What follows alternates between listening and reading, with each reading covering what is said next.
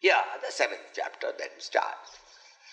When we start the chapter, generally everywhere we chant the verse and we expect every one of you to chant with us.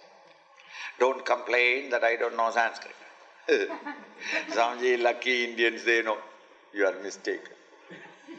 You ask the Indians, they also don't know. So in the ignorance, we are all one. So then don't worry about it, learn to chant, so that that sound and the meaning become associated in your mind. Right. Brahmacharya. Shri Bhagavanuvacha Shri Bhagavanuvacha Maya Saktamanah Partha Maya Saktamanah Partha Yogam Yunjanmadashrayah Yogam Yunjanmadashrayah Asamshayam Samagram Mam Asamshayam Samagram Mam Yatha Jñāsyasi Tachrunu Yatha Jñāsyasi Tachrunu. A teacher should not forget to whom he is talking. That is the most effective teacher. It's not that the teacher learns something at home or the library or laboratory and gets that all this idea in his head and he remembers only the notes that he has written, and then he comes to the platform or the podium and closes his eyes and goes on talking, pouring out what he has gathered, and he is afraid that if he shakes his head even or opens his eyes, it will all leak out. And that sort of a teacher is an ineffectual teacher. A spiritual teacher must talk and understand the quality of the student who is listening. Don't forget it. And according to his nature and temperament and attitude and level of understanding, the teacher must come down to his level and slowly crowbar him, lift him up. Knowing fully well that Arjuna is an arrogantly intellectual, totally skeptical person, a man of action, who believes in the muscles, in the brawn than in the brain, a army man, extrovert, confused and confounded at this moment because of the problem that is hanging on his mind. To such an individual, if you say that, I will explain to you meditation.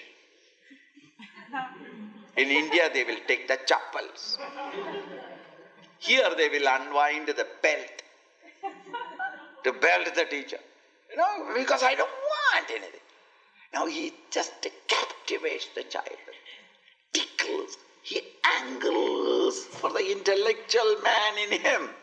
And he says, Maya asaktaha, intend upon me. Partha, O Arjuna. Arjuna's name. Hey Partha.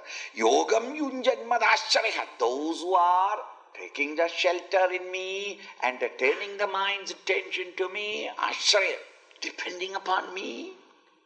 Yogam, he who is practicing yoga, yuja, to yoke.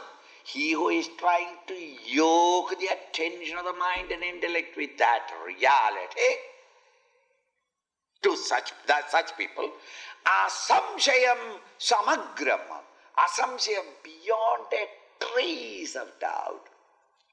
Samagram, the entire glory of me, the reality. How you can understand Yajña? How an individual can understand Tat Shrunu, that you now listen. This is exactly the doubt in my mind. When the last chapter was talking, what was he saying? Turn your mind and intellect and you shall come to know me, the infinite, the eternal, the immutable, the perfect. I said, it's all talking through a hat. Go and talk to the gopis, the milkmaids of Vrindavan. Don't talk to us, we are modern, educated, children of the technological age. We know how to think independently. What nonsense are you talking? The finite mind, with its limited capacities, can reach, you want me to believe, what? The infinite. Finite to reach the infinite. The imperfect to reach the perfect. The eternal, the ephemeral to reach the eternal. What are you talking? This finite, limited, stupid mind of mine, when it turned to him, who? Perfect, eternal, immutable, boundless, unborn, that transcendental reality with this little mind. Why don't you tell me that with a kite I can reach the moon? Why didn't you say that? A limited one. No doubt the mind has got power, but compared to the physical abilities, mind and intellect has got tremendous capacity. The scientific explorations, they are all gracious. It's all relative. After all, the mind of man is limited. We know it. How can the limited ego or limited individuality awake to that unlimited? The imperfect reach the perfect. I, the product of mortality, constantly dying and changing. How can I reach the changeless and the deathless? Go and bluff somebody else. This kind of a doubt will be always there in the mind of the intelligent. How can I, the limited, the mortal, the finite, reach the infinite, the immortal, the eternal? How? It is so impossible. Knowing fully well that this is the doubt, Krishna anticipates the doubt before the student asks the question and says, Sonny, I'm going to give you a discourse upon how your finite, we, little mind, when it turns its attention towards me, the infinite, the eternal, the immutable, the boundless, how you can reach me, and samagram, you can realize me totally. I am going to explain.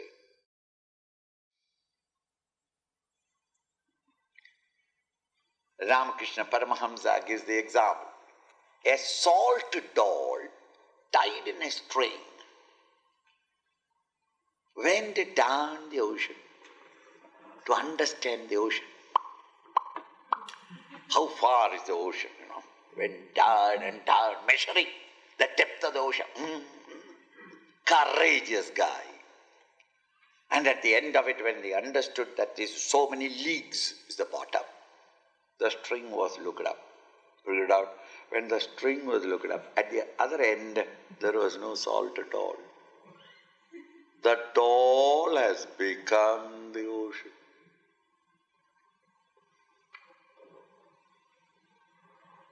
The limited ego in contemplation tries to go and measure him and know him. This ego is not going to know him because he is limited and they are unlimited. But the limited entity ends,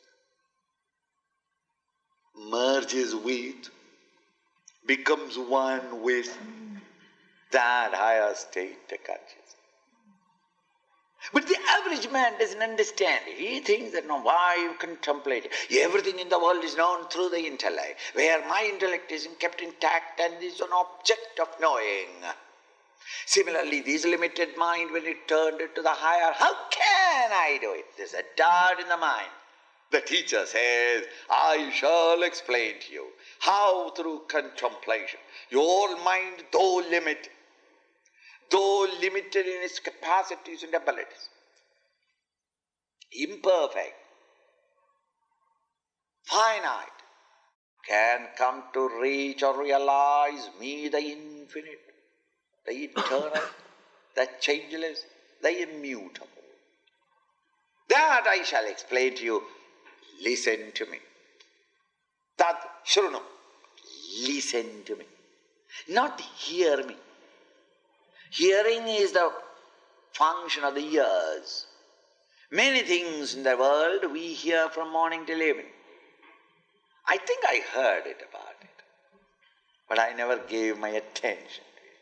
Oh, now you are saying it. Oh, I see. Oh, there's such a significance. I heard it before, but I never took notice of it. Hearing is the function of the ears. That is why the Lord has kept both the ears and both the sides, so that it may ventilate out. Unnecessary things, it goes out. It goes through the ears, you can't stop it. But the things that you want, while passing through the ears, you grasp it. This grasping is possible only when, through the ears, the ideas come in. If you don't want it, let it go pass through your cranium. But when you want it, then the mind and intellect in all attention grasp everything immediately. Suppose you are hearing something bad story about me. And one of my disciples says that is my personal experience. That Swami, you don't know it. What is that? The story may be a long story, covering about 13 years. And the man talked to you about 42 minutes.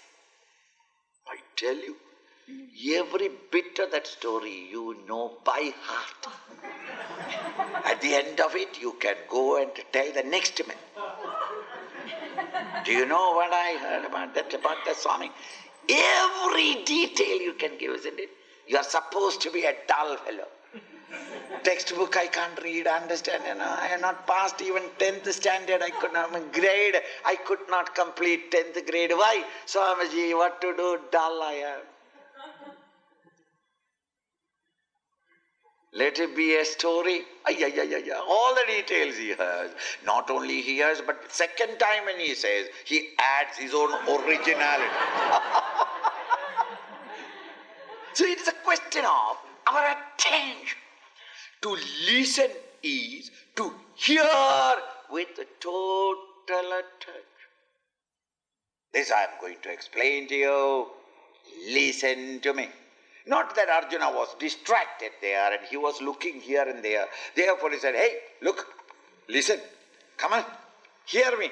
That is not it. The student was with all attention. But it is a warning given to the student that it is a very important thing immediately.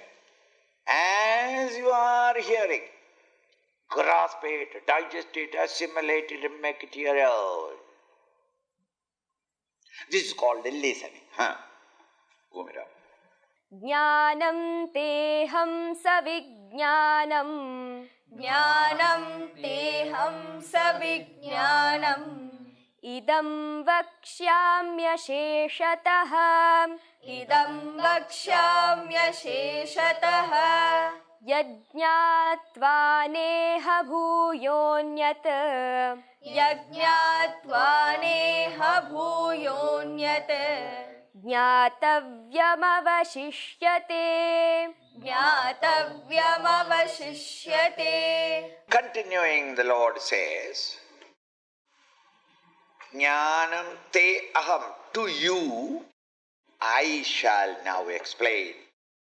Because when the student is heard that I am going to explain to you how the limited mind can in contemplation and meditation come to totally realize that infinitude, I shall explain. Arjuna expressed in the mind a disgust for it. Because a man of action is rather suspicious of all idealisms, utopian theories. Those of you who have taken a scheme to your, or a theory or an idea, a fresh and new idea, an original idea to your boss, sir, why not we do it this way? If the boss is a vibrant, dynamic man, he says, look, don't talk to me cock and bull stories or poetry. Make it into a scheme and present it. How much we must put it, what are the ways in which we can get it, and how much will we get it. All that is there, then I will consider. Theory, he is afraid. He wants only practical. So the moment Arjuna Krishna said that I shall explain to you all these things, Arjuna is not interested. I am tired of already tired. Now another ideal you are talking, unnecessary. What is the use of it? Now the teacher says, look, don't think that way. To keep the enthusiasm of the student boiling, he explains, Jnanam teham, I shall, to you, I shall explain not only Jnanam, not only the theory of what I am talking, or this philosophy, Savijñāna, along with Vijñāna, along with the theoretical, along with the technology of how to achieve it in you.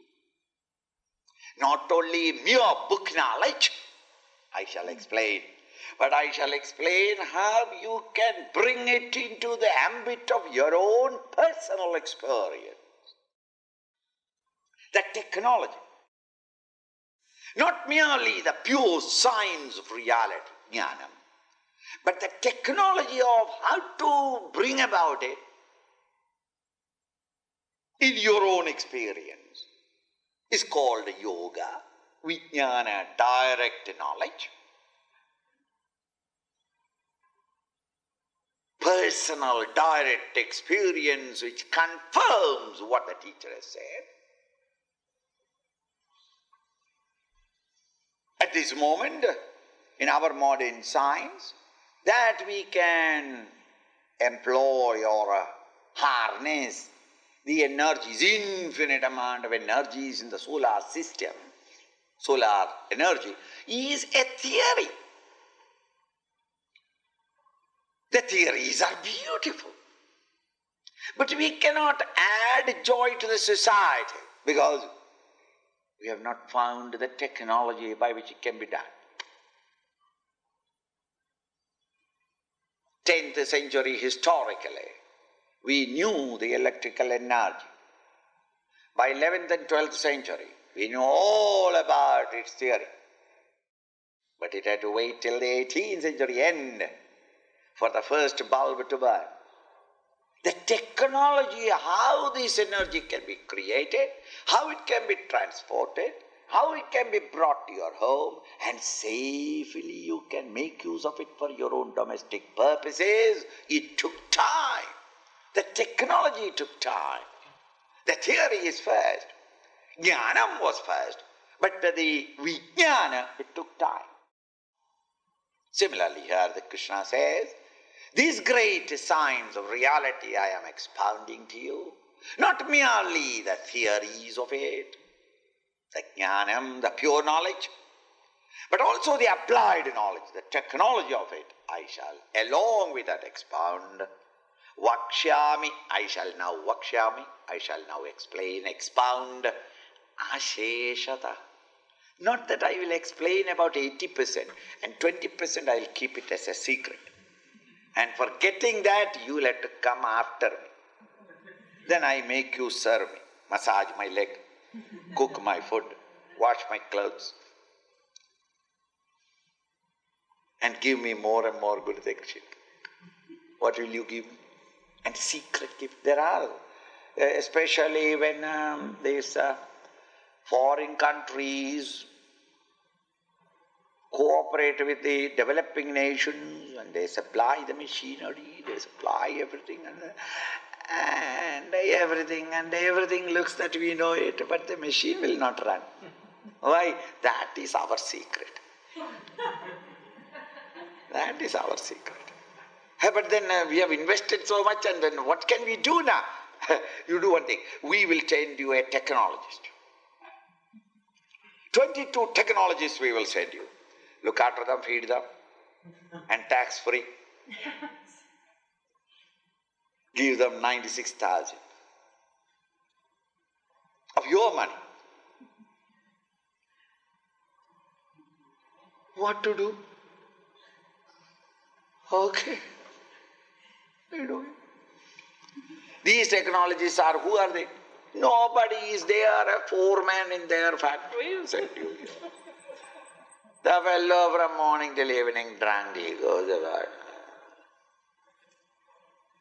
That way Russians are better, because they can't move about in the society.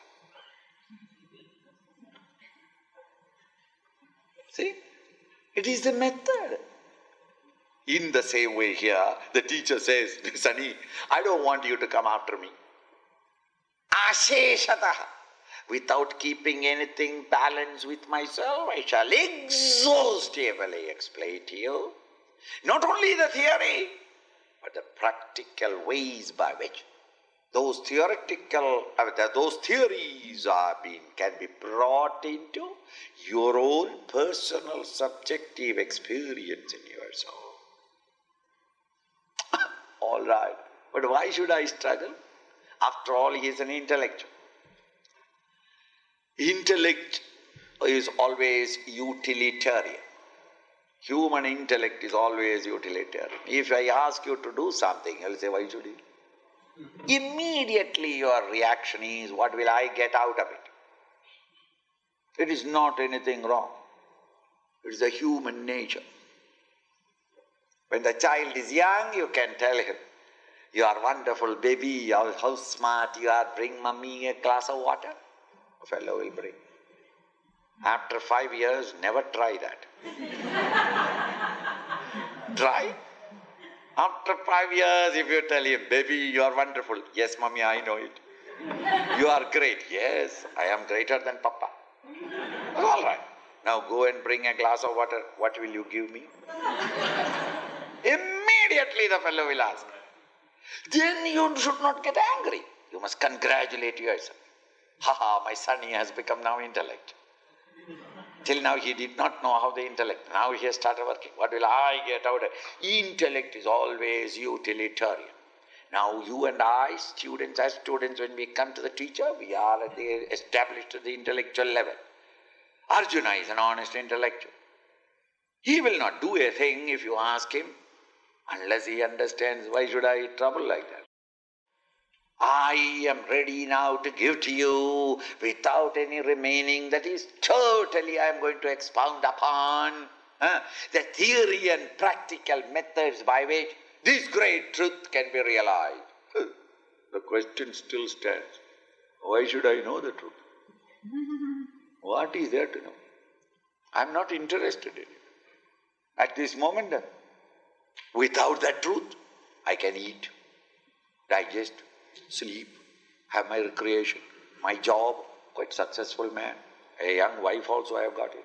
One chubby little baby also got it. My own house I am paying and completing it, my house also is there. Look, why should I want this knowledge? And for that I must put forth the effort and sweat.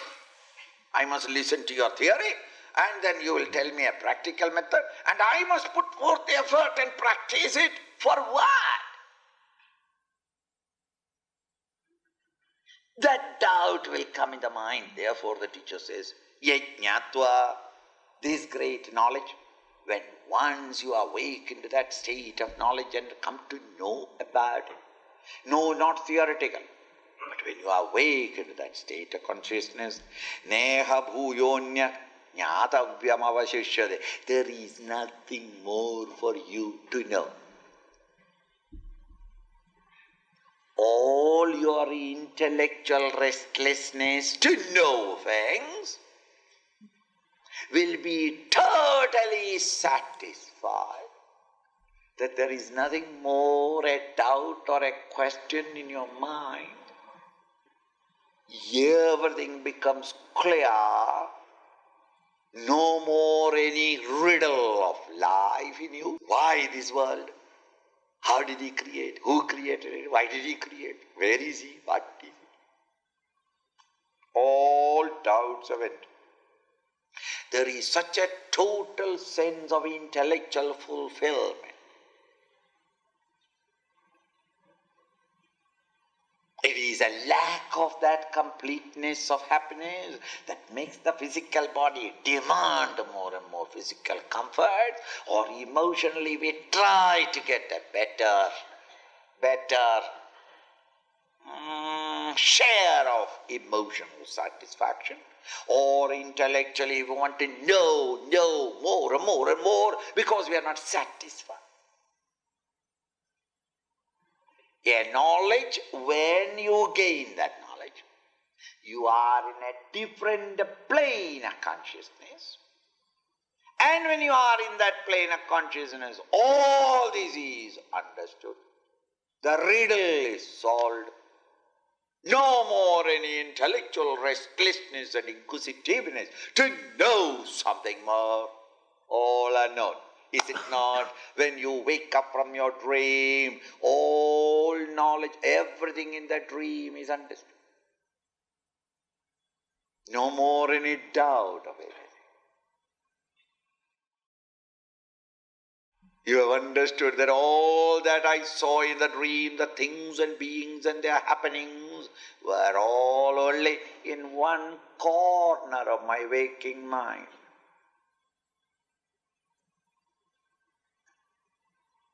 There is no question about how or why or when or what or the dream.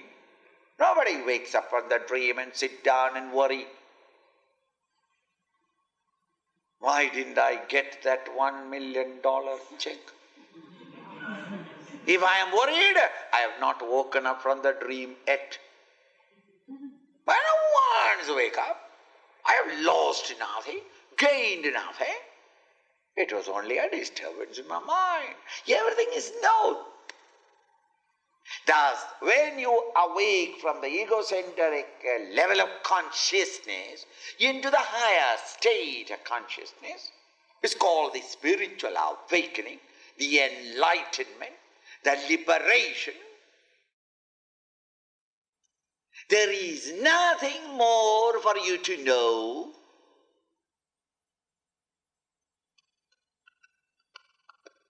In the sense, all things are explained and are known to you then.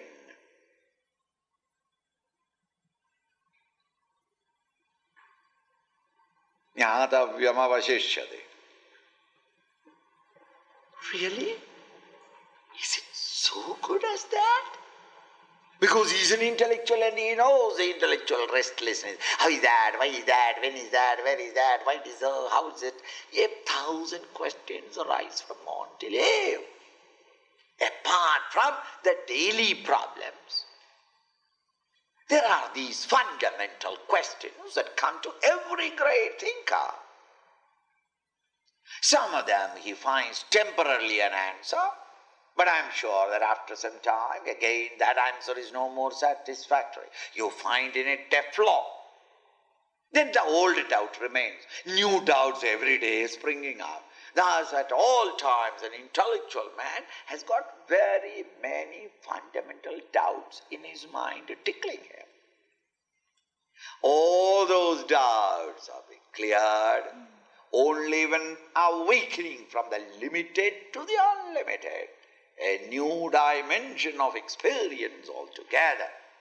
That state, how to reach there, the theory, as well as the methods and practical suggestions, I shall now expound. Please listen to me. Listen means attentively listen. Attentively listen means motionless. Furniture also is very attentive then. The chair is not moving. It is not that. But alert mind. Trying to absorb everything and digest it. your own ideas, play upon it. Don't be don't be ashamed of it. How is that? Question it. Krishna is no authority. God is no authority. My intellect is my authority. Maybe my thoughts are wrong, but they are mine. And what you are talking is yours or Krishna's.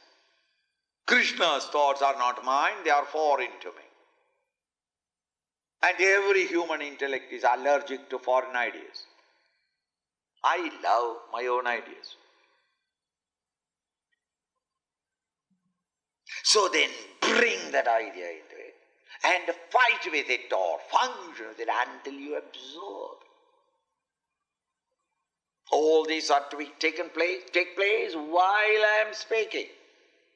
So Arjuna, be on the toes, intellectually and emotionally, on your toes. And such alert attentiveness is called, hearing in such attentiveness is called Shravana or listening.